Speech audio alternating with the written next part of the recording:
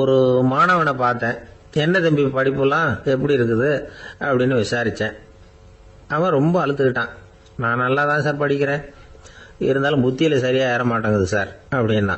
சரி, இவனும் நம்ம ரகம்தான் அப்படின்னு சொல்லி முடிவு பண்ணிட்டோம். கல்வி கற்கக்கூடிய ஒரு மாணவன் சம்பந்தப்படுற புத்திகள் பல வகை. அதை பற்றி ஒரு பெரியவர் விளக்கி இருக்கிறார். மிருத்து புத்தின்னு ஒன்று இருக்குதான். மிருத்துன்னா மண்ணு. மண்ணால் செவுறு கட்டுறோம்ல, மண் சுவரில் ஆணி அடிக்கிறதும் சுலபம், அதை பிடுங்கி எடுக்கிறதும் சுலபம். அது மாதிரி சில பேர் குரு சொல்லி கொடுக்கறத சுலபமாக கேட்டு தெரிஞ்சு வச்சுக்குவாங்க, கொஞ்ச நேரத்தில் சுலபமாக மறந்தும் போயிடுவாங்க. இது மிருத்து புத்தின்னு பேர், மண் புத்தி. தாரு புத்தின்னு ஒன்று உண்டான். தாருன்னா மரம். அதில் பச்சை மரத்தில் ஆணி அடிக்கிறது சுலபம், ஆனால் அதை எடுக்கிறது கஷ்டம். அது மாதிரி ஆசிரியர்கிட்ட இருந்து கேட்டதை கவனமாக மனசில் பதிய வச்சுக்கிட்டு அதை மறக்காமல் இருக்கிறது தாரு புத்தி. பட்டை மரமாக இருந்தால் அதில் ஆணி அடிக்கிறதும் கஷ்டம், அடிக்கிற ஆணியும் சீக்கிரம் நழுவிடும். அது மாதிரி கேட்குற விஷயம் மனசில் பதியறதும் கஷ்டம்.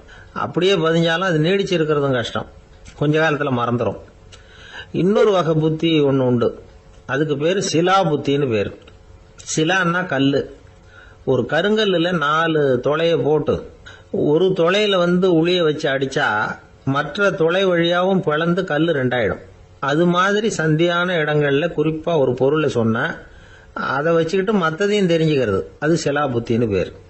வேணு புத்தின்னா என்ன தெரியுமா? வேணுன்னா மூங்கில். மூங்கில் கணுவில் ஒரு பக்கம் உளிய வச்சு அடிச்சா 2 பக்கமும் பிளந்துரும். அது மாதிரி ஒரு செய்தியை கேட்டுக்கிட்டு இருக்கிறப்பவே அதோட முன்பின் தொடர்களையும் தெரிஞ்சுக்கணும், அது வேணு புத்தி. தைல புத்தின்னு ஒன்று உண்டு. தைலம்ங்கிறது எண்ணெய். தண்ணியில் ஒரு துளி எண்ணெயை விட்டா அது தண்ணி பூரா பரவி போடுதுல்ல, அது இப்படி பரவுறது மாதிரி ஆசிரியர் சுருக்கமாக ஒரு கருத்தை சொன்னால் அதை வச்சுக்கிட்டு பூரா விஷயங்களையும் தெரிஞ்சுக்கணும், அது தைல புத்தி. கற்பூர புத்தின்னு ஒன்று கேள்விப்பட்டிருக்கோம். அது எப்படின்னா, கற்பூரம் தீ பட்ட உடனே பிடிச்சிக்கும்.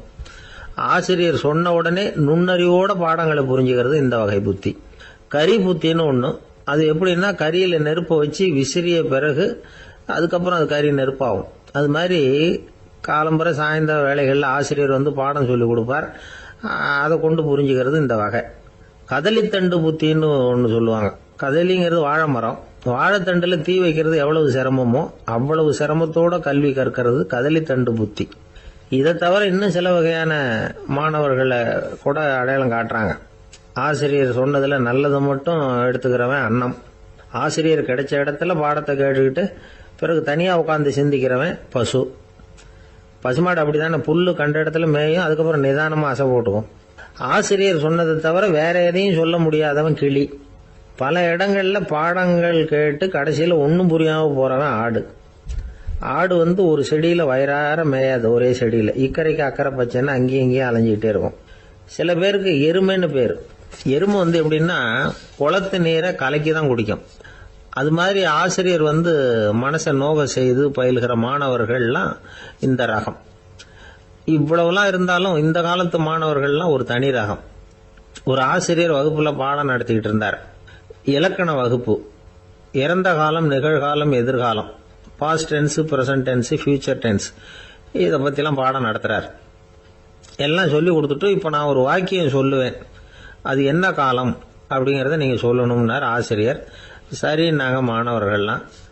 நான் நாளைக்கும் பாடம் நடத்த போகிறேன், இது என்ன காலம் அப்படின்னு கேட்டார் ஆசிரியர்.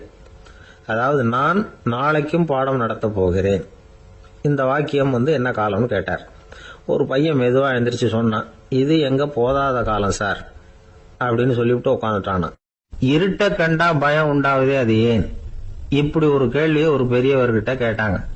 அதுக்கு அவர் பதில் சொல்றார், மனிதனுடைய ஆதிகால வாழ்க்கையில தொற்றிக்கொண்ட பயம் இது வேரூன்றி இருக்குது, இன்னமும் போகல. 50,000 வருஷங்களுக்கு முன்னாடி மனுஷன் குகைகள்ல வாழ்ந்தான். பகல்ல பயம் இருக்காது, ராத்திரியில மிருகங்கள் தாக்கும், கொல்லும், நிம்மதியா தூங்க கூட முடியாது. அதனால இந்த மனுஷனுக்கு இரவுன்னா மரணம், பயம் அப்படின்னு பழகி போச்சு. மனிதர்களுடைய எல்லா மனசையும் சேர்த்து மொத்தமா ஒரு மனசு உண்டு. மனிதர்களுடைய நினைவு இந்த மொத்த மனசுல பதிஞ்சிருக்கு, பரவுது. இந்த மொத்த மனசுல இருட்டு பற்றிய பயம் பதிந்து நீடிக்குது அப்படிங்கிறார் அவர். இந்த காலத்துல இரவை பகலாக்கிறதுக்கு எவ்வளவோ விளக்குகள்லாம் வந்தாச்சு. ராத்திரியிலேயும் மிருகங்கள் தாக்குங்கிற நிலைமை இல்ல. பாதுகாப்பான வீடுகள் விலங்குகளும் விலகி போயிட்டு, விலங்குகள்லாம் விலகி போயிட்டு, வீடுகளும் பாதுகாப்பா இருக்குது. சரி, இருந்தாலும் அந்த பழங்கால பயம் இருட்டு பயம் இன்னமும் மனுஷனை விட்டு போகல.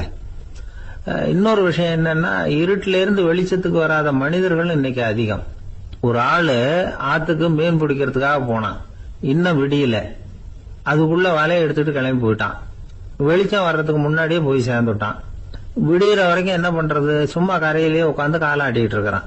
காலில் ஏதோ ஒரு சின்ன மூட்டை தட்டுப்பட்டது. இருட்டுல அது என்னன்னு சரியா தெரியல.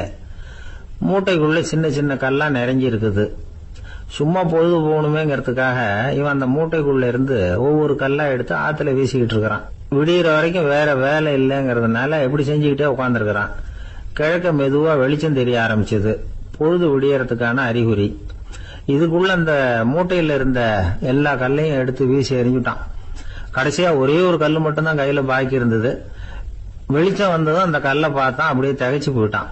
அடடா, இது வரைக்கும் தெரியாம தப்பு பண்ணிட்டோமே அப்படின்னு நினைச்சான். ஏன் தெரியுமா, அவன் கையில இருந்தது வெறும் கல்லு இல்ல, விலை வசந்த ரத்தன கல்லு. இருட்டுல என்னன்னு புரியாததுனால மூட்டையில இருந்த எல்லா ரத்தன கல்லையும் ஆத்துல வீசி எறிஞ்சிருக்கிறான். இப்போ அவனுக்கு அழுகையே வந்துடும் போல இருந்தது. வாழ்க்கையை வசதி ஆக்கிக்கிறதுக்கான வாய்ப்பு அவனுக்கு இருந்தது. இருந்தாலும் இருட்டுல அதை இழந்துட்டான். அந்த வகையில அவனுக்கு கொஞ்சம் அதிர்ஷ்டம் இருந்திருக்குது. அதாவது ஏதோ ஒரு வகையில இருந்திருக்குது. அதனாலதான் அந்த கடைசி கல்ல எரியறதுக்குள்ள வெளிச்சம் வந்துட்டுது. பல பேருக்கு அந்த அளவு கூட அதிர்ஷ்டம் வர்றதில்ல. எல்லாத்தையும் வீசினதுக்கு அப்புறம் தான் வெளிச்சம் வரும். என்னன்னு விவரம் தெரியாமலே எழுந்திரிச்சு வந்துருவாங்க. வாழ்க்கைங்கிறது ஒரு பெரிய புதையல். அதை புரிஞ்சிக்காம மனுஷன் அதை வீசி எரிஞ்சுக்கிட்டு இருக்கான் அப்படிங்கிறது தான் பெரியவங்க கருத்து. சில பேருக்கு புரிஞ்சுக்கிற நேரம் வரும், அதுக்குள்ள வாழ்நாள்லாம் ஓடி போயிருக்கும். அதுக்கப்புறம் என்ன பண்றது? நம்மால் ஒருத்தன் கையில ஒரு சின்ன பையோட வந்துகிட்டு இருந்தான். பை உள்ள ஏகப்பட்ட நகைகள் ரத்தன கல் எல்லாம் இருக்கு. வந்துகிட்டு இருந்தவன் திடீர்னு அந்த பையை அப்படியே ஒரு குளத்துல வீசி எறிஞ்சுட்டான். மகான்கள் தான் இப்படி பற்று இல்லாம இருப்பாங்க.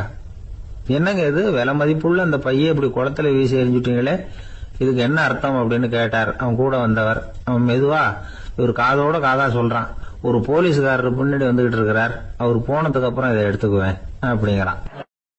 ரெண்டு பேர் சுவாரஸ்யமா பேசிட்டு இருக்கிறப்போ குறுக்க புகுந்து தொந்தரவு பண்றதுக்குன்னே சில பேர் இருப்பாங்க. அது ரொம்ப இடைஞ்சலா இருக்கும். இதே மாதிரி மின்காந்தம் கூட குறுக்க புகுந்து தொந்தரவு பண்ணும்.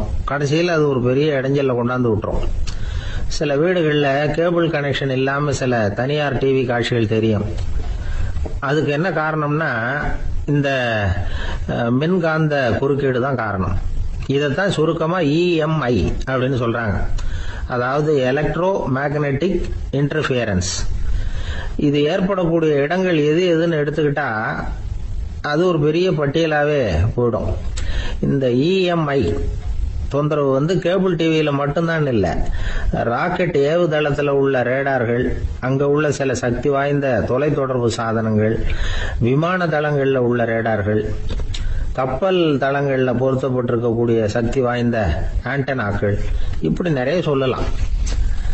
காவல் நிலையங்கள்ல பயன்படுத்தப்படுகிற வயர்லெஸ் தொடர்பு சாதனங்கள் கூட ஓரளவுக்கு இந்த மின்காந்த அலைகளை வெளியிடும். நம்ம வீட்டில் உட்காந்துக்கிட்டு ரேடியோ கேட்டுக்கிட்டு இருப்போம் அல்லது டிவி பார்த்துக்கிட்டு இருப்போம். அந்த சமயத்தில் பக்கத்து தெருவில் ஒரு மோட்டார் சைக்கிள் அல்லது காரு, குறிப்பாக பெட்ரோல் இன்ஜின், அது போறப்போ அதில் உள்ள மின்காந்த மின்கலத்தில் அதாவது மேக்னெட்டோ பேட்டரியில இருந்து வெளிப்படுகிற மின்காந்த அலை இங்கே டிவியிலையும் ரேடியோவிலையும் கரகரப்பு உண்டு பண்ணும். சரி, இது பெருசா என்ன இடைஞ்சல உண்டு பண்ணிட போகுது அப்படின்னு நாம அலட்சியமா நினைக்கலாம். வயசானவங்களுக்கு மறதி நோயின்னு ஒண்ணு வரும்ல, அல்ஷமீர், அதாவது மூளையில உள்ள செல்கள் செயலிழந்து போயிடுறது. அது செய்ய வேண்டிய வேலையை மறந்துடும். மனைவியே எதிரில் நின்னா கூட உன்னை எங்கேயோ பார்த்தது மாதிரி தெரியுதே அப்படின்னு சொல்லிட்டு இருப்பாங்க. அப்படி ஒரு மறதி. இந்த விசித்திரமான நோய்க்கு இதுவரைக்கும் மருந்தே இல்லைன்னு வேற சொல்றாங்க. இந்த மைக்ரோ ஓவன் அப்படின்னு சொல்லக்கூடிய சமையல் அடுப்புகள் கூட மின்காந்த அலைகளை வெளியிடுது. சமயத்தில் சில தொழிற்சாலைகள்ல கூட பெரிய விபத்துக்களை இந்த EMI உண்டு பண்ணிவிடும். இதை பத்தி தீவிரமா சிந்திக்க ஆரம்பிச்சதே ஒரு விபத்துக்கு பிறகுதான். அமெரிக்காவுக்கும் வியட்நாமுக்கும் இடையில போர் நடந்தது. அந்த சமயம் அமெரிக்காவுக்கு சொந்தமான விமானம் தாங்கி கப்பல் ஒண்ணு வியட்நாமை தாக்கிறதுக்கு தயாரா ஏவுகணைகளோட கடல்ல நிறுத்தி வைக்கப்பட்டிருந்தது.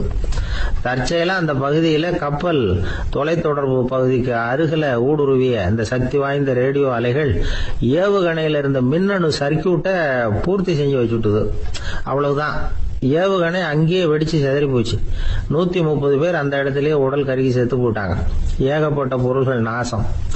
இந்த விபத்துக்கான காரணம் என்னங்கிறத உடனடியா யாராலையும் கண்டுபிடிக்க முடியல. ரொம்பவும் கடுமையா முயற்சி பண்ணி கடைசியா கண்டுபிடிச்சாங்க, இது இந்த இஎம்ஐ வேலை தான் அப்படின்னு.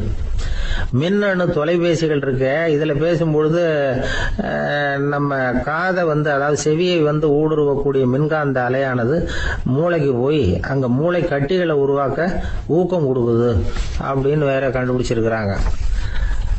இந்த இஎம்ஐ ரொம்ப குறைஞ்ச மின்காந்த அழுத்தத்துல நமக்கு எந்த பாதிப்பையும் ஏற்படுத்துறது இல்லை. மின்காந்த அலைகள் அழுத்தத்தோட இருக்கிற இடங்கள்ல ரொம்ப நேரம் இருந்தோம்னா நம்ம உடம்பின் வெப்பநிலை 2 டிகிரி செல்சியஸ் வரைக்கும் அதிகரிக்குதாம். அதனால வெப்பநிலையை சீராக்கிறதுக்கு இதய துடிப்பும் அதிகரிக்குது. இப்படிலாம் கண்டுபிடிச்சிருக்கிறாங்க. இப்பெல்லாம் இந்த மின்காந்த குறுக்கீடுகளை தடுக்கிறது எப்படி அப்படின்னு விஞ்ஞானிகள் யோசனை செய்ய ஆரம்பிச்சிருக்கிறாங்க.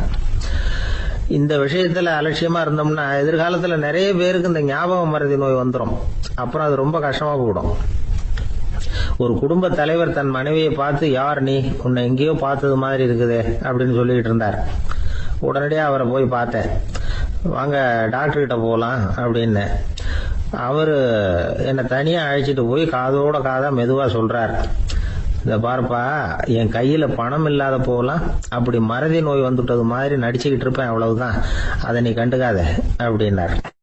ஒரு ஊர்ல ஒரு பெரிய செல்வந்தர் இருந்தார். பணத்துக்கு பஞ்சம் இல்லை. அதனால இந்த உலகத்துல முடியாத காரியம் எதுவும் இல்லைன்னு நினைச்சார்.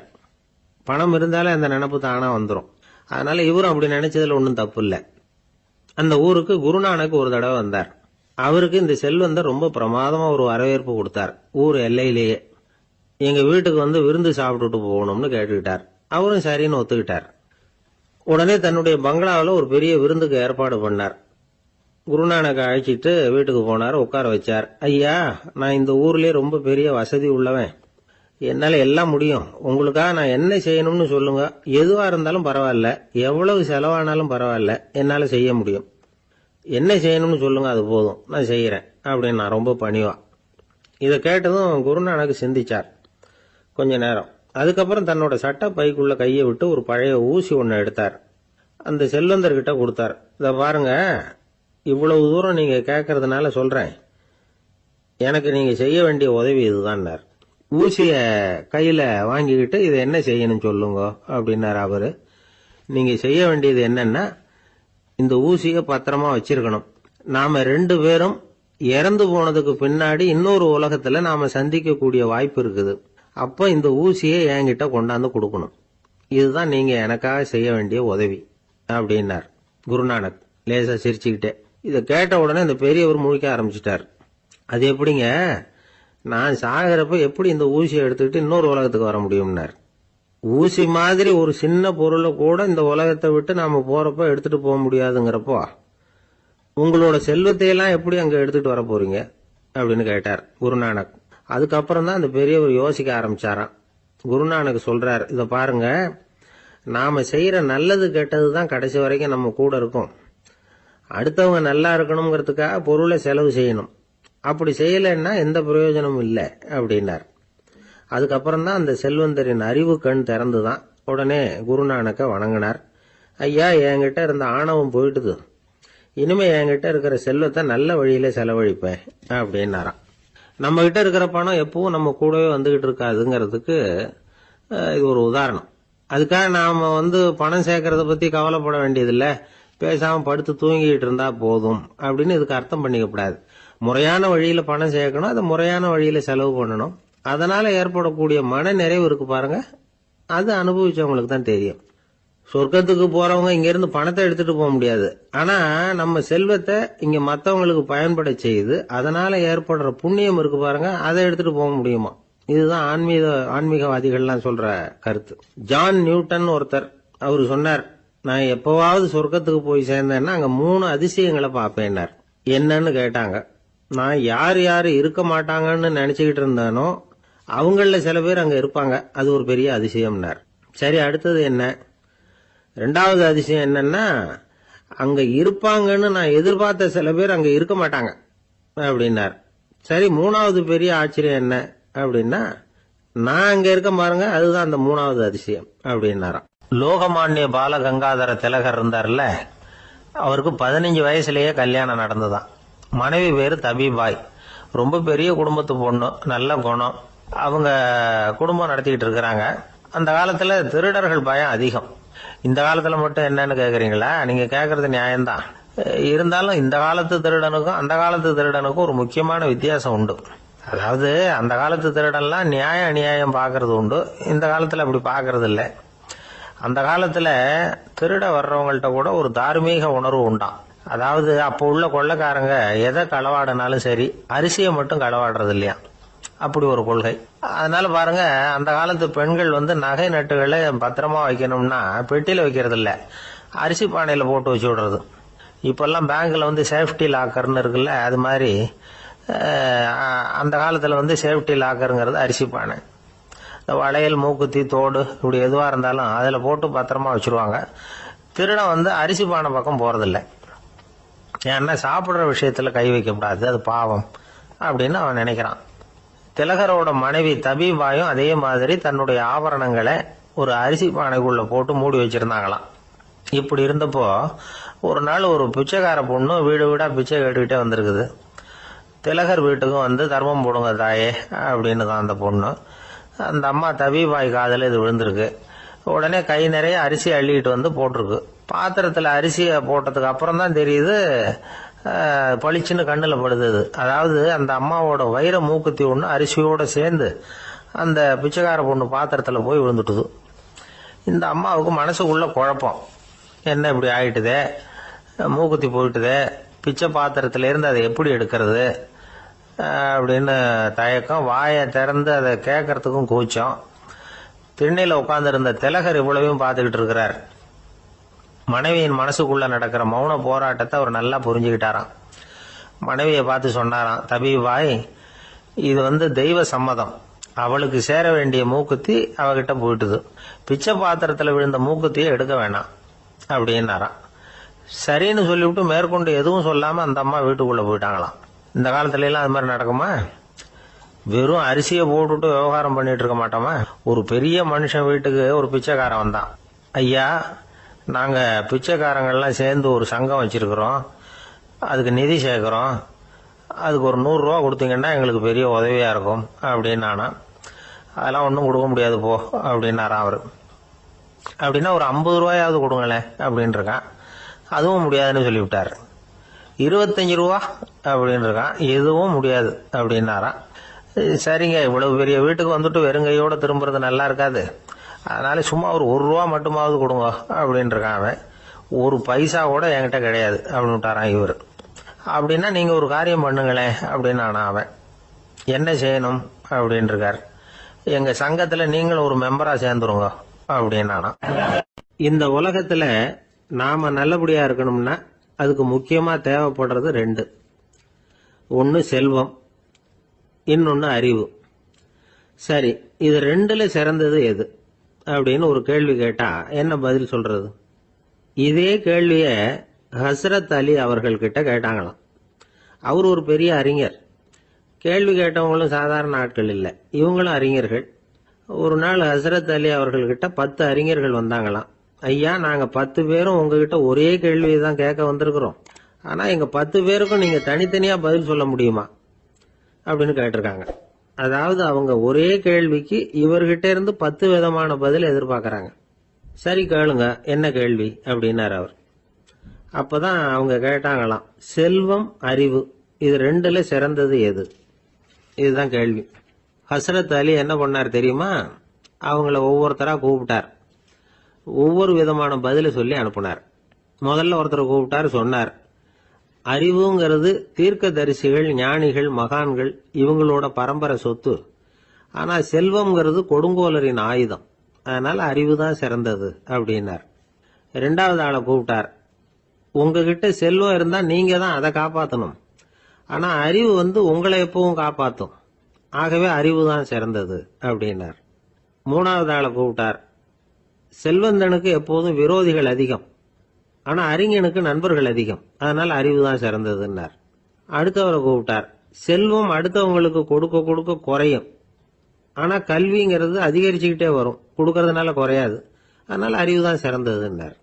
இன்னொருத்தரை கூப்பிட்டார். அறிவுள்ளவன் எப்பவும் அதை அடுத்தவங்களுக்கு வாரி வழங்கிக்கிட்டே இருப்பான், அதனால அவங்ககிட்ட தாராளத்தன்மை இருக்கும். ஆனா செல்வந்தன் கிட்ட கஞ்சத்தனம் தான் இருக்கும், அதனால அறிவு தான் சிறந்ததுன்னார். ஆறாவது நபரை கூப்பிட்டார். செல்வத்தை கள்வர்கள் திருடிட்டு போக முடியும், ஆனா அறிவை அப்படி திருடிட்டு போக முடியாது அப்படின்னார். ஏழாவது நபரை கூப்பிட்டார். செல்வம் கால ஓட்டத்துல அழிஞ்சிரும், ஆனா அறிவை கால ஓட்டம் ஒன்றும் பண்ண முடியாது, ஆகவே அறிவே சிறந்ததுன்னார். எட்டாவது ஆளை கூப்பிட்டு சொன்னார். செல்வத்துக்கு எப்பவும் எல்லை உண்டு, நிறை உண்டு, அளவு உண்டு, கணக்கு உண்டு, ஆனா அறிவுக்கு அப்படிப்பட்ட எல்லை எதுவும் கிடையாது, அதனால அதுதான் சிறந்ததுன்னார். அடுத்தவனை கூப்பிட்டார். செல்வம் உள்ளத்துல உள்ள ஒளியை போக்கிவிடும், இருட்டை உண்டாக்கிவிடும், விரிந்த மனப்பான்மையை குறுகலாக்கிவிடும். ஆனா அறிவு அப்படி இல்லை, இருண்ட உள்ளத்துல ஒளியை பாய்ச்சி அதை விசாலப்படுத்துது, அதுதான் சிறந்ததுன்னார். கடைசியா 10வது நபரை கூப்பிட்டார். செல்வம் மனசுல செருக்கை உண்டாக்குது, ஆணவத்தை ஏற்படுத்துது, அதனால நானே கடவுள்னு நினைக்கிற அளவுக்கு மனுஷனை தாழ்த்தி விடுது, ஆனா அறிவு பணிவையும் பண்பாட்டையும் வளர்க்குது, அதனால அறிவு தான் சிறந்ததுன்னார். ஆக இப்படி 10 பேருக்கும் 10 விதமா பதில் சொன்னது மூலமா ஹஸ்ரத் அலி அவர்கள் அறிவு தான் செல்வத்தை விட சிறந்தது அப்படிங்கறதுக்கு 10 காரணங்களை சுட்டி காட்டியிருக்கார். அந்த அறிஞர் 10 பேர் கேட்ட ஒரே கேள்விக்கு 10 பதில் சொன்னார். நமக்கு வேண்டிய ஒருத்தர் 10 பேர் கேட்ட கேள்விக்கு ஒரே பதில் சொல்லி சமாளிச்சார். கேள்வி என்ன தெரியுமா? என்கிட்ட வாங்கின கடனை எப்பயா திருப்பி கொடுக்க போற? இதுதான் அந்த 10 பேரும் கேட்ட ஒரே கேள்வி. இந்த மாசம் 26ஆம் தேதி தந்துடுறேன் அப்படிங்கிற ஒரே பதில் சொல்லி அவ்வளவு பேரையும் இவர் அனுப்பி வச்சுட்டாராம். எல்லாரும் போனதுக்கு அப்புறம் இவரை தனியா கூப்பிட்டு கேட்டிருக்கிறாங்க. அது என்ன சார் கணக்கு, 26ஆம் தேதி அன்னைக்கு என்ன அதிசயம் நடக்க போகுது அப்படின்னு கேட்டிருக்காங்க.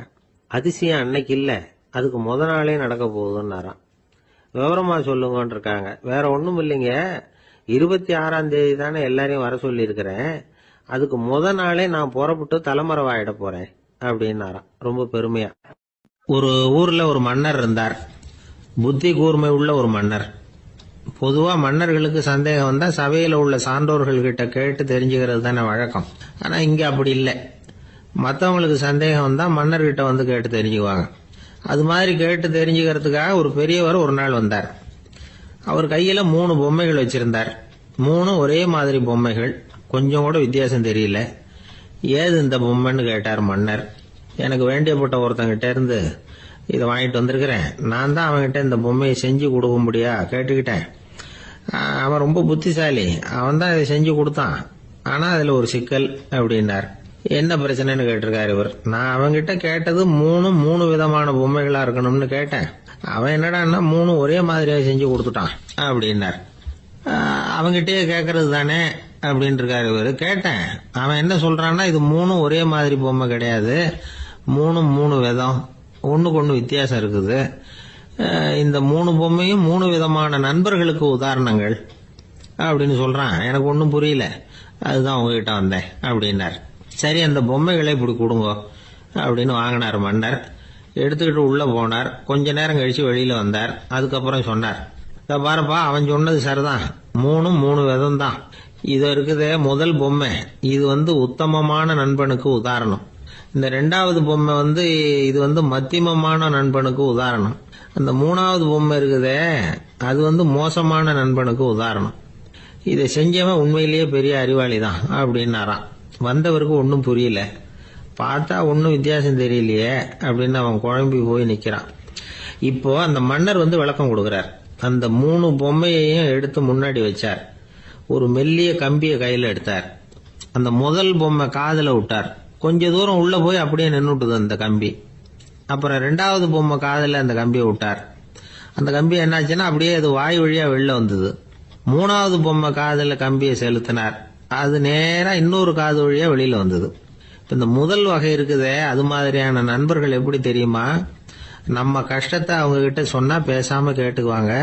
வெளியில அதை யாருகிட்டையும் சொல்லிட்டு இருக்க மாட்டாங்க. வெளியில தெரியாம நமக்கு உதவி பண்ணுவாங்க. செஞ்சுட்டு அதை நான் தான் செஞ்சேன்னு சொல்லிட்டு இருக்க மாட்டாங்க.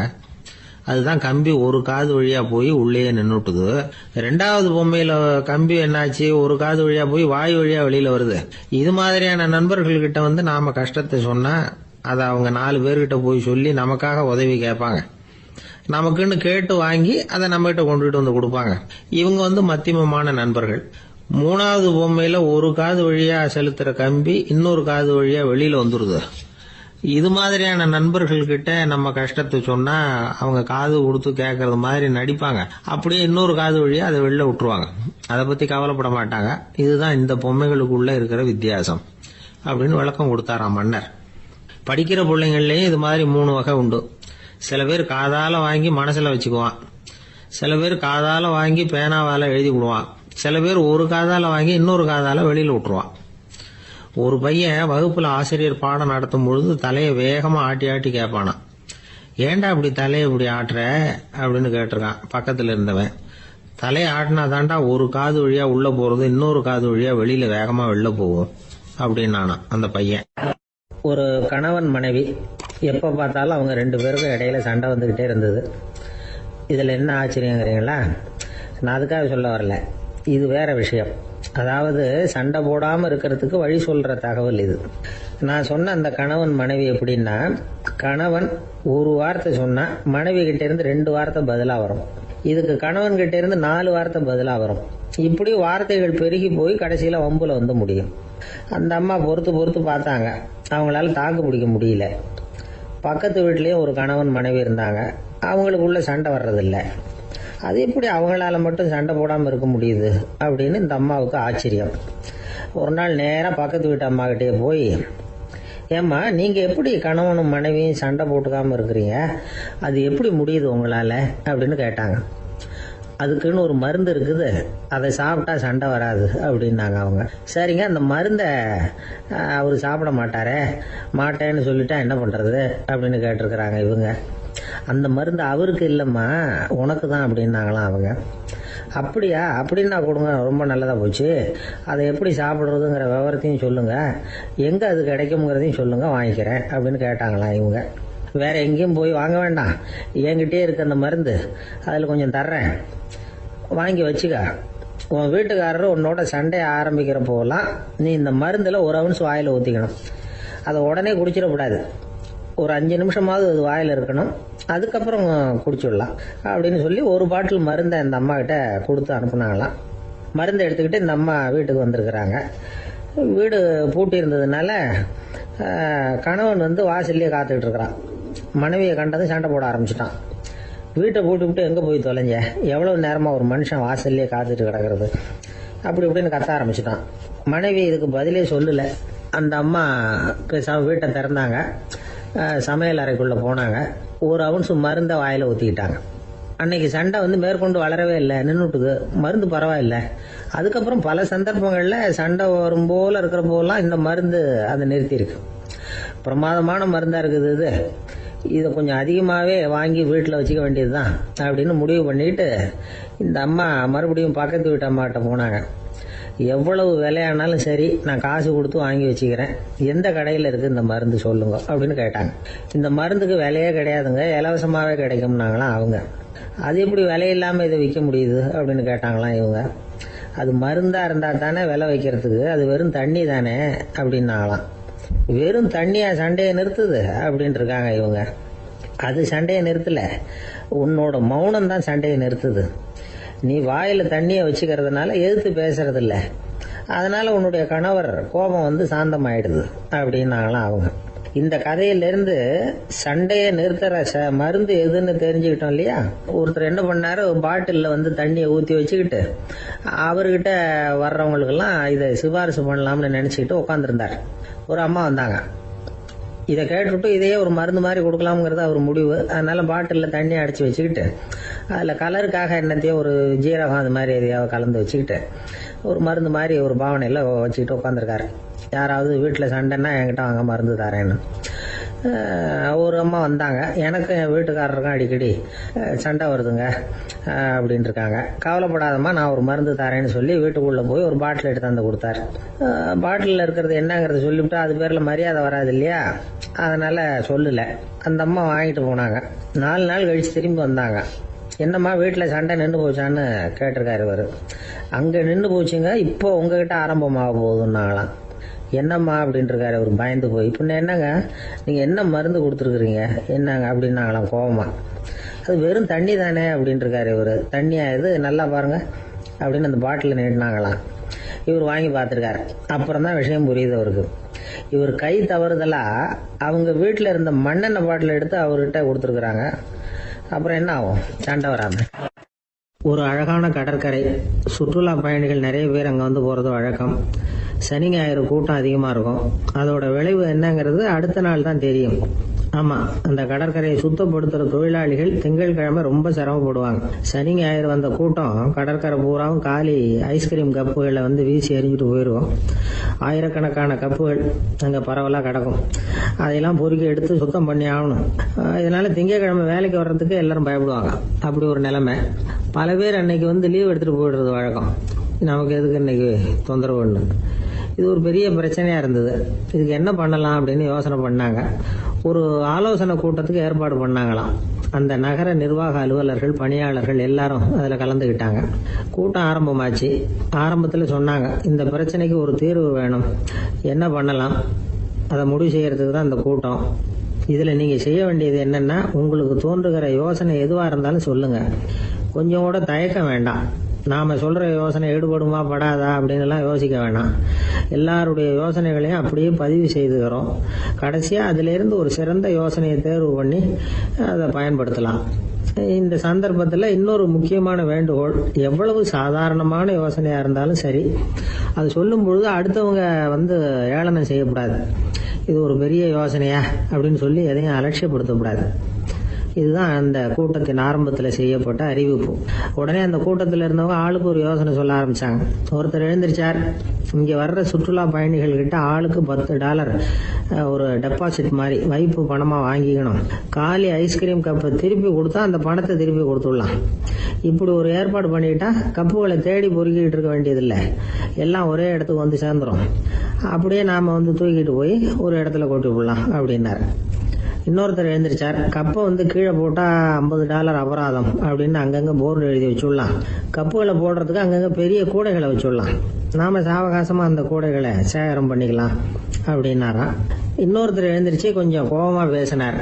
கப்புகளை வந்து அவங்க வாயிலேயே திணிச்சு விடணும், அதுகளை முன்னு சாப்பிட்டு பார்த்தா தான் தெரியும் அது எவ்வளவு கஷ்டங்கிறது அப்படின்னு ரொம்ப கடுமையாக பேசியிருக்காரு.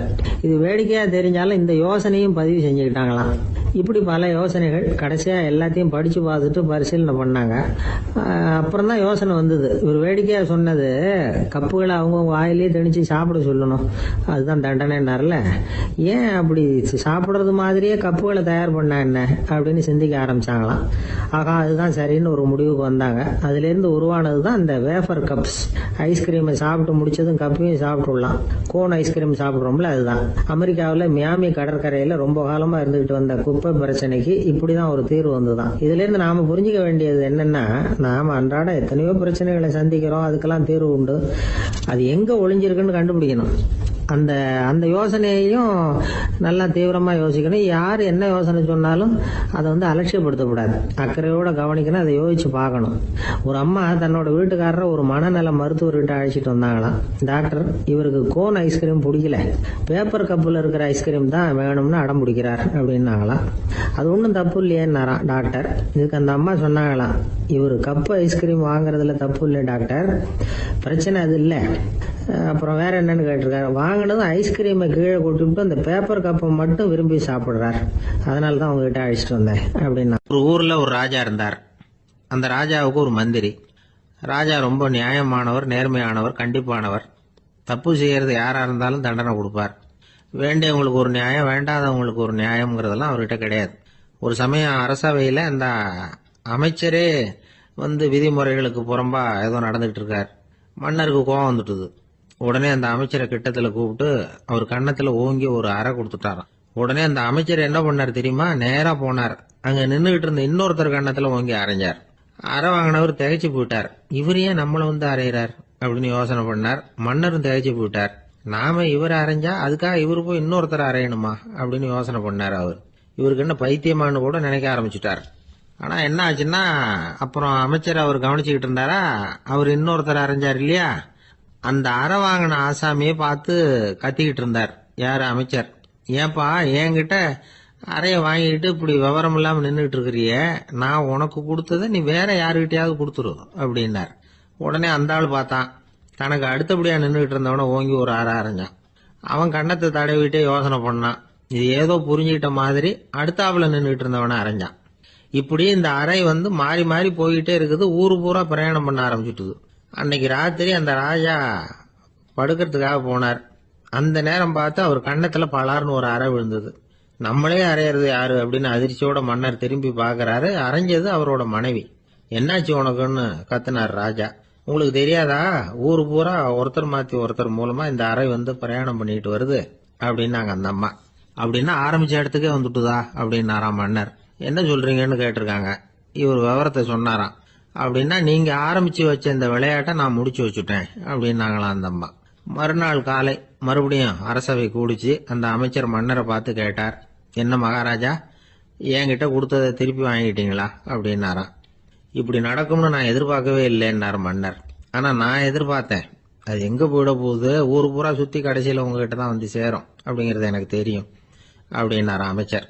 இந்த கதை வந்து வேடிக்கையா இருந்தா கூட இதுல உள்ள கருத்து முக்கியமானது. இந்த உலகத்துல பல கருத்துக்கள் இப்படிதான் மாறி மாறி சுத்தி வந்துகிட்டே இருக்குது. நம்மால் ஒருத்தன் தன்னுடைய நண்பன் ஒருத்தனை கடத்தெருல பார்த்தான். உடனே ஓடி போய் பலார்னு ஒரு அறை கொடுத்தானா. அவன் கண்ணத்தை தடவிட்டு ஏன்டா என்ன அரைஞ்சேன்னு கேட்டிருக்கான். நீ ஏன்டா என்ன முட்டாள்னு என் மனைவிட்ட போய் சொன்னேன் அப்படின்ட்டு இருக்கான் அவன். உன்னை ஒரு முட்டாள்னு சொன்னதுக்காகவா நீ என்ன அரைஞ்ச அப்படின்னு கேட்டிருக்கான் இவன். டேய், நான் அதுக்காக அறையலப்பா, அது ஒரு பெரிய ரகசியம். நான் முட்டாளுங்கிறது அந்த ரகசியத்தை நீ வந்து ஏன் எங்க வீட்டுல போய் சொன்னேன், அதுக்காக தான் அரைஞ்சேன் அப்படின்னு நானும் அவன். ஒரு மனுஷனை பார்த்து என்கிட்ட வாலாட்டாதே அப்படின்னு சொன்னா அவன் நம்ம கிட்ட ஏதோ வம்புக்கு வர்றான்னு அர்த்தம். ஒரு நாயை பார்த்து யாரும் என்கிட்ட வாலாட்டாதே அப்படின்னு சொல்றது இல்லை. ஏன்னா நாய் வாலாட்டுனா அது நம்ம கிட்ட தன்னுடைய நன்றியை தெரிவிக்கிறதாக நினைச்சுக்கிட்டு இருக்கிறோம். ஆனா அது அப்படி இல்லை அப்படின்னு சொல்றாங்க அது சம்பந்தமான நிபுணர்கள். ஒரு நாய் தன்னுடைய வாலை இந்த பக்கமும் அந்த பக்கமுமா இப்படியும் அப்படியும் ஆட்டிக்கிட்டு இருந்தா அது வந்து பதட்டத்துல கூட இருக்கலாம். நாய் நட்பா இருந்தாலும் வாலாட்டும், ஆத்திரத்துல இருந்தாலும் வாலாட்டும், கோபத்துல இருந்தாலும் வாலாட்டும், குழப்பத்துல இருந்தாலும் வாலாட்டும், மகிழ்ச்சியா இருந்தா கூட அது வாலாட்டும். அதை நாம வந்து தப்பா புரிஞ்சுக்கிட்டு அதுகிட்ட போய் மாட்டிக்க கூடாது. நாயை பத்தி எனக்கு நல்லா தெரியும் அப்படின்னு சொல்றவங்க கூட அதுகிட்ட கடி வாங்கிட்டு வந்து நிக்கிறது உண்டு. நிபுணர்கள் என்ன சொல்றாங்க தெரியுமா? எப்பவுமே நாய்கள் திடீர்னு வந்து கடிச்சு விடுறது இல்ல, கடிக்கிறதுக்கு முன்னாடி சில அறிகுறிகளை காட்டும். அதை சரியா புரிஞ்சுக்கிட்டோம்னா தப்பிச்சுக்கலாம். ஒரு வீட்டுக்கு போறீங்க, அங்க புதுசா ஒரு நாயை பாக்குறீங்க, உடனே அதுகிட்ட போய் குனிஞ்சு சிரிச்சுக்கிட்டே அது தலையில தட்டுறீங்க. இது ரொம்ப தப்பா. ஒரு நாய் இன்னொரு நாயை நேருக்கு நேர் பார்த்து பல்ல காட்டுனா அது தன்னுடைய தன்முனைப்பை காட்டுதுன்னு அர்த்தமா. உன்னை விட நான் பெரியவன் அப்படின்னு சொல்லுதுன்னு அர்த்தம். அதனால நீங்க அது மாதிரி கிட்ட போய் சிரிக்கிறோம் அப்படின்னு நினைச்சுக்கிட்டு பல்ல காட்டினா உங்களையும் எதிரியா நினைச்சிரும். இன்னொரு விஷயம் என்னன்னா, தலையில தட்டுனா நாய்க்கு பிடிக்காது. அது வந்து தன்னை அடக்கிறதாகவும் அச்சுறுத்துறதாகவும் நினைச்சுக்கிட்டு இருக்கும். சரி, அப்படின்னா புதுசா ஒரு இடத்துல அல்லது வீட்டுல நாய்க்குட்டியை பார்த்தா என்ன பண்றது? நீங்க சும்மா இருங்க, அதுவா கிட்ட வரட்டும். அதுக்கப்புறம் அதுகிட்ட கனிவா பேசுங்க. கண்ணம், மார்பு, தோல் இங்கெல்லாம் தட்டலாம், தப்பு இல்லையா? தலையில தான் தட்டப்படாதான். ஒரு நாய் வந்து உங்களை நோக்கி ஓடி வருது, நீங்களும் ஓடுனா அது துரத்த ஆரம்பிச்சிடும். அசையாம சில மாதிரி நின்றுடுங்க, அது கிட்ட வராது. அதுக்கு ஆர்வம் இல்லாம போயிடும். ஒரு தெருவில் சின்ன பிள்ளைங்க நிறைய பேர் விளையாடிக்கிட்டு இருக்கிறாங்க. அப்போ சில நாய்கள் அங்கே ஓடி வருது. எல்லாரும் ஓடினாங்க. அப்படி ஓடுறப்போ ஒரு பையன் கால் தடிக்க கீழே விழுந்துட்டான். என்னாச்சு தெரியுமா? துரத்திட்டு வந்த நாய்கள்லாம் கீழே விழுந்தவன ஒன்றும் செய்யல, அவன் கிட்டே போகல.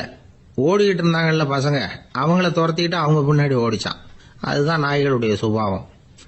ஒரு நாய் நம்மளை நேருக்கு நேர் முறைச்சு பாக்குதுன்னு வச்சுங்க, நாமளும் அதை முறைச்சு பார்க்க கூடாது.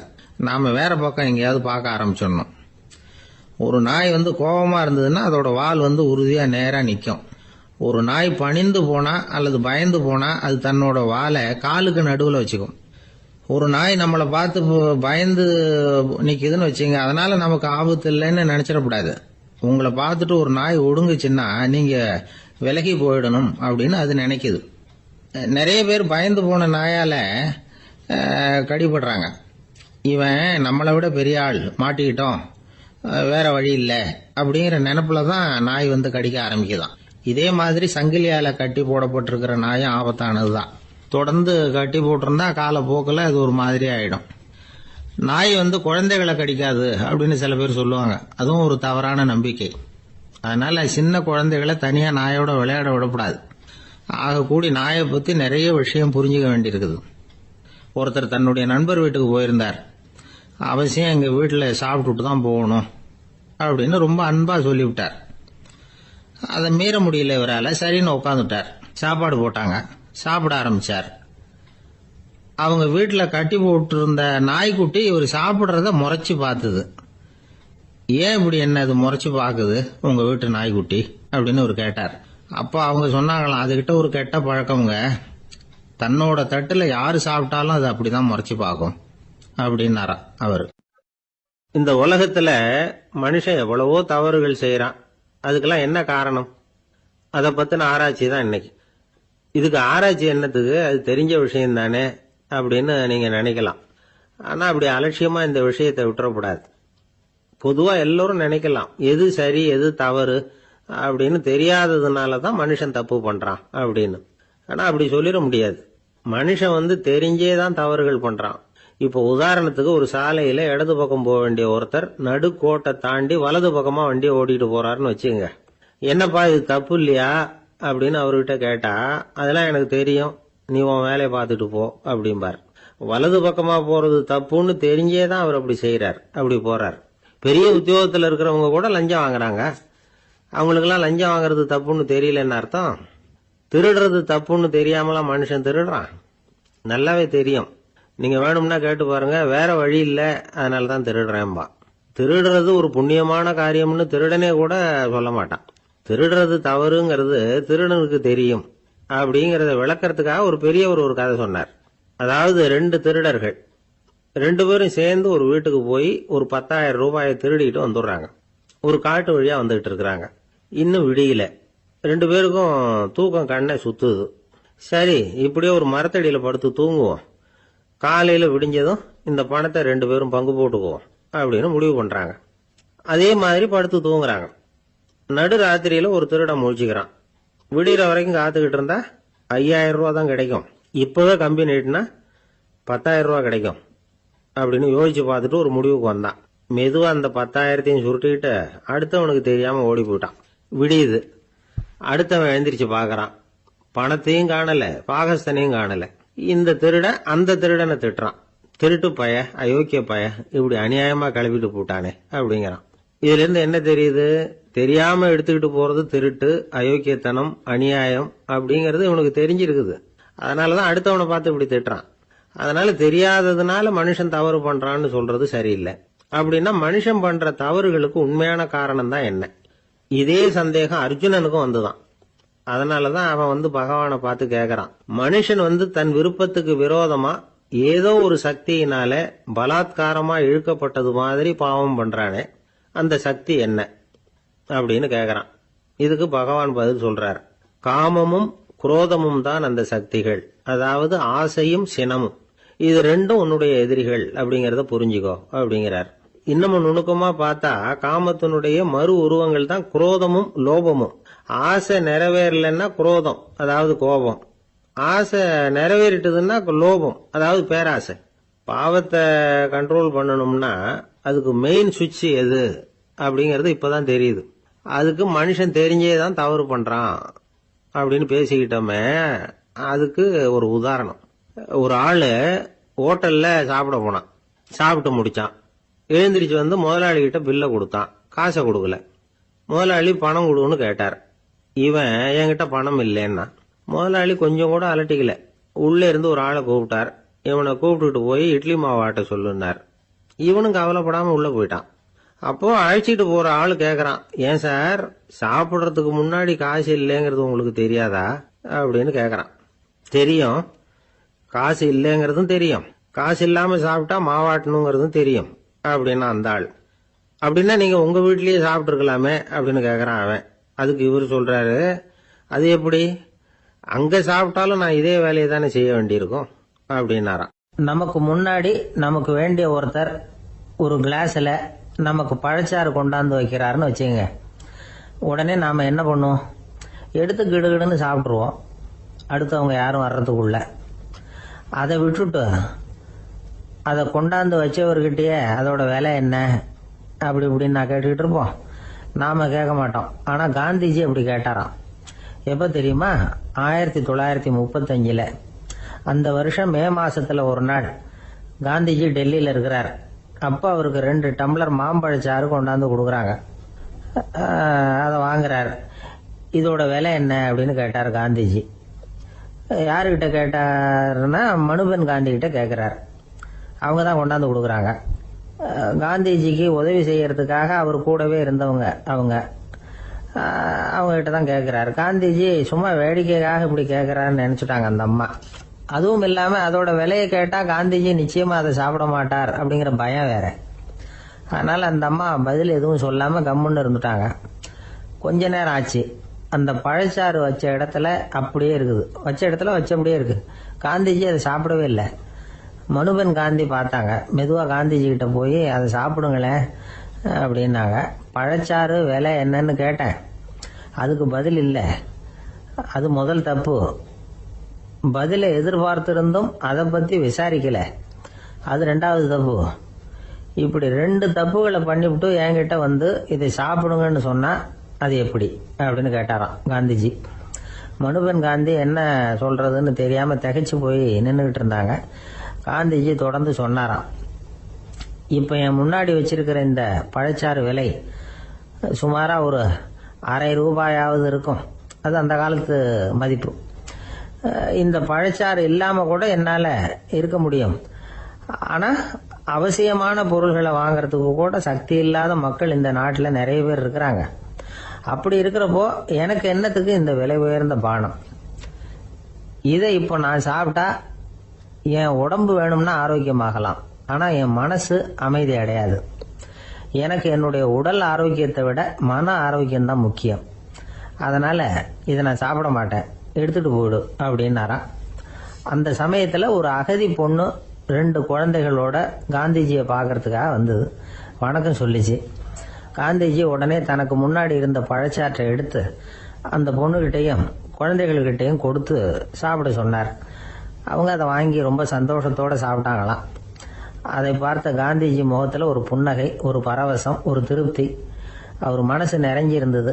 அப்போ அவர் சொன்னாராம், ஆண்டவன் எனக்கு எப்பவும் சரியான சமயத்துல கை கொடுப்பாருங்கிறது அதுக்கு இதுதான் அத்தாட்சி.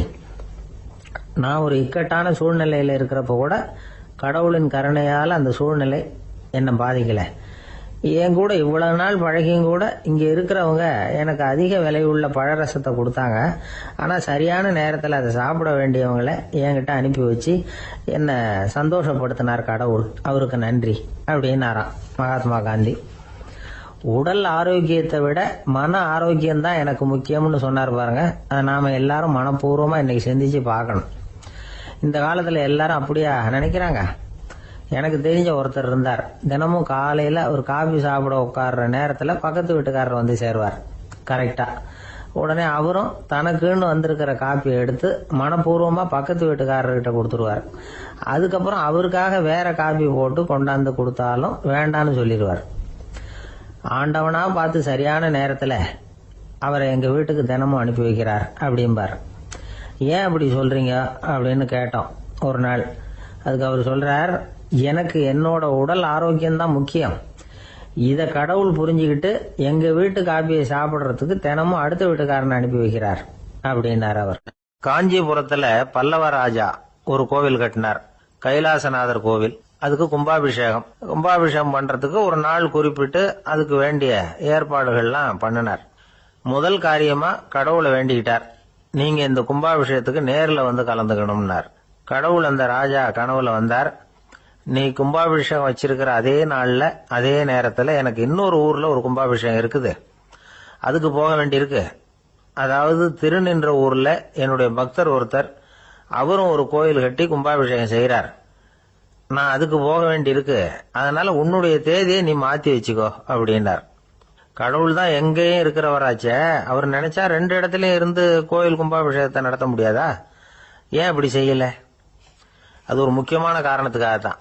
திருநின்ற ஊர்ல இருந்த பூசலாருங்கிற அந்த அடியாரின் பெருமையை இந்த உலகத்துக்கு எடுத்து காட்டணுங்கிறதுக்காகத்தான் கடவுள் அந்த ராஜா கிட்ட அப்படி சொன்னார்.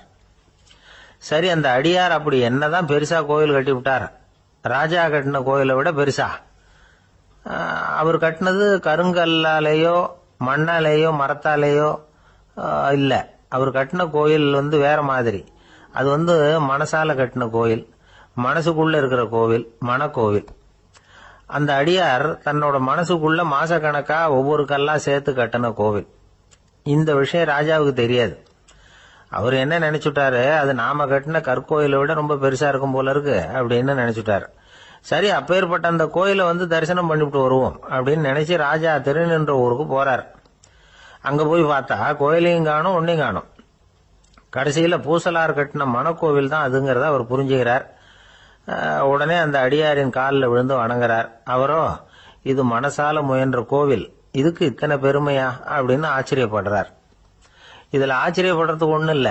ஆண்டவன் விரும்புறது அகபக்தியை தவிர புற தோற்றங்களே அல்ல. இதை நாம புரிஞ்சுக்கிட்டோம்னா நமக்குள்ள எந்த வேறுபாடுகளும் வர்றதுக்கு வழியே இல்லை. இன்னொரு ராஜா இருந்தார். அவரு ஆண்டவனுக்கு படைக்கிறதுக்காக ஒரு தார் நல்ல செவ்வாழைப்பழமா எடுத்துக்கிட்டு போகணும்னு நினைச்சார். அதனால நாளே அதை வாங்கிட்டு வர சொன்னார் வேலைக்காரங்கிட்ட.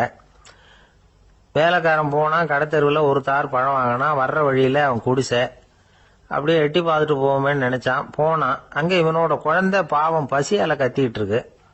இவன் பார்த்தான், இவ்வளவு பெரிய தாரில் ஒரு 2 பழம் எடுத்தா தெரியவா போகுது அப்படின்னு நினைச்சு ஒரு 2 பழத்தை பிச்சு அந்த குழந்தைகிட்ட கொடுத்தான். அது அதை வாங்கி வயிறார சாப்பிட்டுது. பசி அடங்குச்சு, விளையாட போயிட்டுது. இவன் அதுக்கப்புறம் வாழைப்பழத்தை எடுத்துக்கிட்டு அரண்மனைக்கு வந்தான். 2 பழம் பிச்சிருக்கிறது ராஜாவுக்கு தெரிஞ்சு போச்சு. இவன் உண்மையை சொல்லிவிட்டான். உடனே ராஜா, கடவுளுக்கு படைக்க வேண்டிய பொருளை குழந்தை எச்சில் பண்ண விட்டுருக்கியே அப்படின்னு சொல்லி அவனை கட்டி வச்சு சாட்டையால் அடிச்சார் பாவம். மறுநாள் பழத்தை கோயிலுக்கு எடுத்துட்டு போனார். கடவுள் முன்னாடி வச்சார். கடவுள் கண்ணை திறந்து பார்த்தார், பழம்லாம் அழுகி இருக்குது. என்ன இது அழுகி போன பழம் அப்படின்னார். ராஜா முழிச்சார். நல்லா தானே இருந்தது அப்படின்னு நினைச்சார். அப்போ கடவுள் அந்த ராஜா கிட்ட சொன்னாராம், இத பாருப்பா, இந்த தாரில் 2 பழம் தான் நல்ல பழம். அந்த 2 பழங்களையும் நேத்திக்கே நான் சாப்பிட்டுட்டேன் அப்படின்னாராம். அப்பதான் ராஜாவுக்கு புரிஞ்சுது, ஏழை குழந்தையின் பசியை தீர்க்கறதுக்காக உதவுன அந்த 2 பழம் தான் இறைவன் சாப்பிட்ட பழம்னு. இறைவன் இருக்கிற இடம் எது? இதுதான் பக்தின்னு சொல்றோம் இல்லையா. அது 3 வகைப்படும் அப்படிங்கிறார் ஒரு பெரியவர். அது என்ன 3 வகைன்னா, தெய்வ பக்தி, அடியார்கள் பக்தி, குரு பக்தி. அடியார் பக்தியை விட தெய்வ பக்தியை விட குரு பக்தி தான் ரொம்பவும் சிறந்ததுங்கிறார் அவர். தெய்வத்துக்கிட்ட செஞ்ச பாவம் குருநாதர்கிட்ட தீர்ந்துருமா. குருநாதர்கிட்ட செஞ்ச பாவம் தெய்வத்துக்கிட்ட போனாலும் தீராதான். இப்படி பெரியவங்கெல்லாம் சொல்லி வச்சிருக்கிறாங்க. ஒரு காடு, அங்க அயோத தௌமியர் அப்படின்னு ஒரு தபோதனர். அவரு பல மாணவர்களை ஒன்னா சேர்த்து ஒரு குருகுலம் நடத்திக்கிட்டு இருக்கிறார். பல தரப்பட்டவங்க, பல திறப்பட்டவங்க மாணவர்கள் அதுல சேர்ந்து படிச்சுக்கிட்டு இருக்கிறாங்க. பாஞ்சால ராஜகுமாரன் ஒருத்தனும் அந்த குருகுலத்துல சேர்ந்து படிச்சுக்கிட்டு இருக்கிறான். அவன் பேரு ஆருணி. பெரிய இடத்து புள்ள, இருந்தாலும் படுப்புல ரொம்ப கெட்டிக்காரனா இருந்தான். அவன் தான் அங்க முதல் மாணவன். ஒரு நாள் குருநாதர் அந்த அரசகுமாரனை கூப்பிட்டார். நம்ம குருகுலத்துக்கு சொந்தமான வயல்ல தண்ணீர் பெருகி வெள்ளம் பயிரை அழிக்குதான். அதனால நீ போய் மடையை அடைச்சிட்டு வந்துரு அப்படின்னார். அந்த அரசகுமாரன் உடனே புறப்பட்டான். குருநாதர் சொல்லிட்டார்ல, உடனே புறப்பட்டான். நான் பெரிய இடத்து பிள்ளையாச்சே, ராஜகுமாரன் ஆச்சே, ரொம்ப செல்வா கூட வளர்ந்தவனாச்சே, நான் போய் வயல்ல இறங்கி வேலை செய்யறதா அப்படின்னு அவன் நினைக்கல. குருநாதர் கட்டளையை நிறைவேற்ற வேண்டியது நம்ம கடமை அப்படின்னு நினைச்சான். உடனே ஒரு மண்வெட்டியை தூக்கி தோல்ல வச்சுக்கிட்டு புறப்பட்டு போயிட்டான். வயலுக்கு போனான். பார்த்தான், தண்ணி கரையை உடைச்சிக்கிட்டு வயலுக்குள்ள ஏகமா பாஞ்சிக்கிட்டு இருக்குது. இவன் மண்வெட்டியால களிமண்ணை புல்லோட சேர்த்து புல் பத்த மாதிரி வெட்டி வெட்டி போட்டான். இருந்தாலும் மடையை அடைக்க முடியல. தண்ணி அதை மீறி வந்துகிட்டே இருக்கு. தண்ணி வேகமா வயலுக்குள்ள போயிட்டே இருக்குது. போடுற பத்தையெல்லாம் கரைஞ்சி கரைஞ்சி போயிட்டு இருக்கு. இருந்தாலும் இவன் தன்னுடைய முயற்சியை கைவிடல. வெட்டி வெட்டி போட்டுக்கிட்டே இருக்கிறான். காலையில் அங்கே போனவன் சாயந்தரம் வரைக்கும் இப்படி செஞ்சுக்கிட்டு இருக்கிறான். உடம்பும் மனசும் ரொம்பவும் சோர்ந்து போச்சு. இருந்தாலும் குருநாதர் இட்ட கட்டளையை நிறைவேற்றாம இருக்கிறோமேங்கிற ஒரு குறை அவனுக்கு இருக்கு. குரு கட்டளையை நிறைவேற்றாத நான் இன்னமும் இருக்கணுமா அப்படின்னு யோசனை பண்ண ஆரம்பிச்சுட்டான். என்ன செய்யலாம்னு பார்த்தான். நம்ம குருநாதர் இட்ட பணிக்காக இந்த உடம்பையே தியாகம் பண்ணலாம் அப்படின்னு முடிவு பண்ணான். தண்ணி பாயுதுல, அதுக்கு குறுக்க விழுந்து அப்படியே மடையை அடைச்சிக்கிட்டு அப்படியே படுத்துட்டான். இது மற்றவங்களுக்கு தெரியாது. அன்னைக்கு ராத்திரி ஒரு விளக்கு முன்னாடி உட்காந்து குருநாதர் பிள்ளைங்களுக்கு பாடம் சொல்லி கொடுத்துக்கிட்டு இருக்கிறார். முதல் வரிசையில் இருக்கக்கூடிய ராஜகுமாரனை காணல. நம்ம ஆருணி எங்க போனா அப்படின்னு சொல்லி மற்ற மாணவர்களை விசாரிச்சார். இப்போ அவங்க சொன்னாங்க, சுவாமி அவன் காலையில் வயலுக்கு மடையை அடைக்கிறதுக்காக போனான், நீங்க தான் போக சொன்னீங்க, இன்னும் திரும்பி வரல அப்படின்னு அவர் பையன். குருநாதர் உடனே ஒரு தீவெட்டி எடுத்துக்கிட்டு மாணவர்களை அழைச்சிக்கிட்டு வயலுக்கு போனார். அங்கே போய் பார்த்தா ஆளை காணும். ஆருணி ஆருணின்னு சொல்லி சத்தம் போட்டு கூப்பிட்டு பார்க்குறார். நான் இங்கே இருக்கேன் குருநாதா அப்படின்னு காலுக்கு அடியிலேருந்து ஒரு சத்தம் வருது. குனிஞ்சு பார்த்தா அவன் மடையில் படுத்திருக்கிறான். என்னப்பா இதுன்னார். காலையிலேருந்து இந்த மடையை அடைச்சி பார்த்தேன் சுவாமி, முடியல, அதனால இப்படி குறுக்க படுத்துட்டேன். என்னை தாண்டறதுக்கு பயந்து போய் தண்ணியே தேங்கி நின்றுட்டுது அப்படின்னா. அவனுடைய குரு பக்தியையும் அவனை தாண்டறதுக்கு அஞ்சு நிற்கிற தண்ணி தேக்கத்தையும் பார்த்துட்டு எல்லாரும் ரொம்ப ஆச்சரியப்பட்டு போயிட்டாங்களாம். ஆருணி எழுந்திரிச்சு வா அப்படின்னு கூப்பிட்டாராம் குருநாதர். அவன் தண்ணீரை பொழந்துக்கிட்டு எழுந்திரிச்சு வந்தானான். அதனால அவனுக்கு உத்தாலகன் அப்படின்னு ஒரு பேர். உத்தாலகன்னா தண்ணீரை பிளந்தவன் அர்த்தம். அந்த உத்தாலகன் மாதிரி இந்த காலத்து மாணவர்களுக்கும் குரு பக்தி வேணும் அப்படின்னு சொன்னோம் ஒரு பள்ளிக்கூடத்தில். உடனே நிறைய மாணவர்கள் எழுந்திரிச்சு நின்னாங்க. சார், நீங்க எங்களை இன்னமும் சரியா புரிஞ்சுக்கலன்னு நினைக்கிறோம். அன்னைக்காவது ஒருத்தன் அப்படி இருந்தான், இன்னைக்கு ஏகப்பட்ட உத்தாலகர்கள் இருக்கிறோம். எங்க வாத்தியார் கட்டளை இட்டா இப்பவே அது மாதிரி வயலுக்கு போய் மடையில குறுக்கப்படுத்துக்கிறதுக்கு இந்த வகுப்புல உள்ள அத்தனை பேரும் தயாரா இருக்கிறோம் அப்படின்னாங்க. அப்படியா அப்படின்னு சொல்லி கேட்டோம் ரொம்ப சந்தோஷமா. ஒருத்தன் ரொம்ப அடக்கமா எழுந்திருச்சான். அப்புறம் சொன்னான், ஆமா சார், வகுப்புல இவர் நடத்துற பாடத்தை கேட்டுக்கிட்டு இருக்கிறத விட பேசாம போய் மடையில படுத்துடுறது ஒன்றும் கஷ்டமான காரியமா இருக்காது, அதனாலதான் எல்லாரும் அங்க போறேன்னு சொல்றோம் அப்படிங்கிறான். துருக்மேனியாவில் அஷ்காபாத் அப்படின்னு ஒரு நகரத்துல ஒரு புவியியல் விஞ்ஞானி இருந்தார். அவரு ஒரு நாய்க்குட்டி வளர்த்தார். ஒரு நாள் முன்னிரவு நேரம் ஒரு மேஜைக்கு முன்னாடி உட்காந்து அந்த விஞ்ஞானி ஏதோ கணக்கு போட்டுக்கிட்டு இருக்கிறார். அவருக்கு ஒரு சின்ன பெண் குழந்தை, அது தொட்டில தூங்கிட்டு இருக்குது.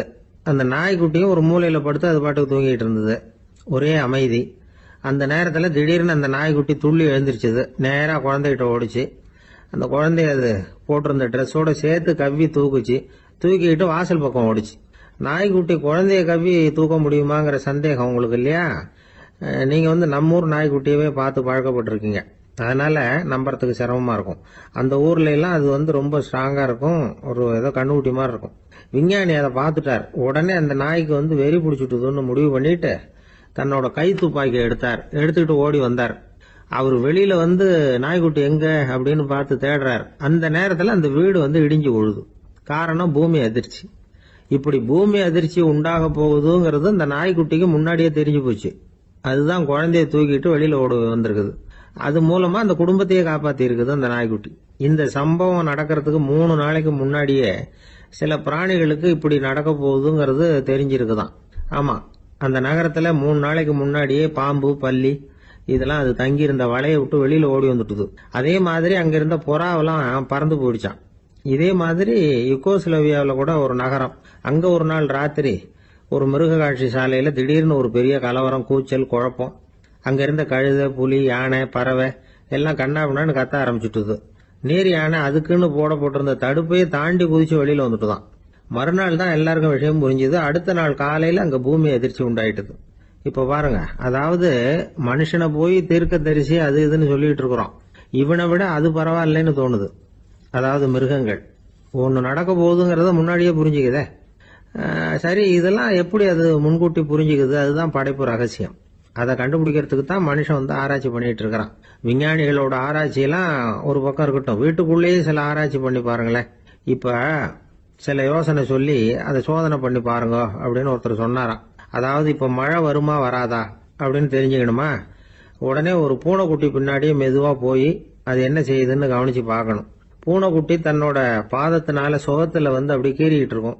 அப்படி கீறினா கண்டிப்பா மழை வரும். சில சமயம் பூனைக்குட்டி அப்படி மல்லாந்து படுத்துக்கிட்டு பாதத்தை உயர தூக்கும், அப்படியும் எப்படியும் புரளும். இப்படி செஞ்சதுன்னா அன்னைக்கும் மழை இருக்காது. அதனால முன்னாடி இருந்தது மழை வர்றதுக்கு அறிகுறி, இது மழை இல்லைங்கிறதுக்கு அறிகுறி. பறவைகள் பிராணிகள் இதுகளோட நடவடிக்கைகளை பார்த்துட்டு அதையெல்லாம் அடிப்படையா வச்சுதான் காலநிலையை கண்டுபிடிக்கிற கருவிகளை கண்டுபிடிச்சிருக்கிறாங்க. வாத்து இருக்குல்ல, சில சமயம் தன்னோட அழகை தன்னோட இறகுகள்ல அப்படியே புதைச்சிக்கும். அப்படி செஞ்சா குளிர்காலம் வரப்போகுதுன்னு அர்த்தம். பருவநிலை குளிரா மாறப்போகுதுங்கிறதுக்கு இதுதான் அறிகுறி. சிட்டுக்குருவி இருக்குதுல்ல, அதெல்லாம் புழுதியில உழுந்து புரளும், சிறகுகளை படபடன்னு அடிச்சுக்கும். அப்படி செஞ்சா மழை வரப்போகுதுன்னு அர்த்தம். ஒண்ணு மட்டும் நாம நல்லா தெரிஞ்சுக்கணும், இயற்கையின் சீற்றம்னு சொல்றோம் இல்லையா, இயற்கை ஏன் நம்ம மேல கோவப்படுது?